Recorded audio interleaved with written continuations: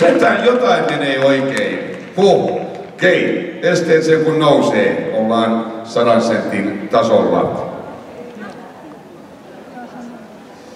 Ja meillä on yhteistulosten voittaja Linda Katara, Chicane van der Loper, Lohjan ratsastaja.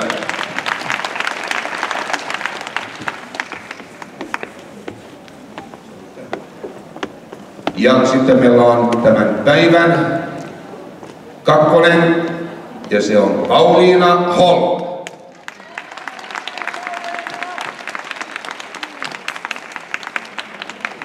Rory Sjava edustaa Auramaan ratsastajia. Ja sitten meillä on Sanni Leino, joka ratsasti Little Kimillä, edustaa Punametsän ratsastajia, joka oli tämän päivän 3. Sitten tämä rivistö näyttää pikkasen paremmalta ja oikeammalta.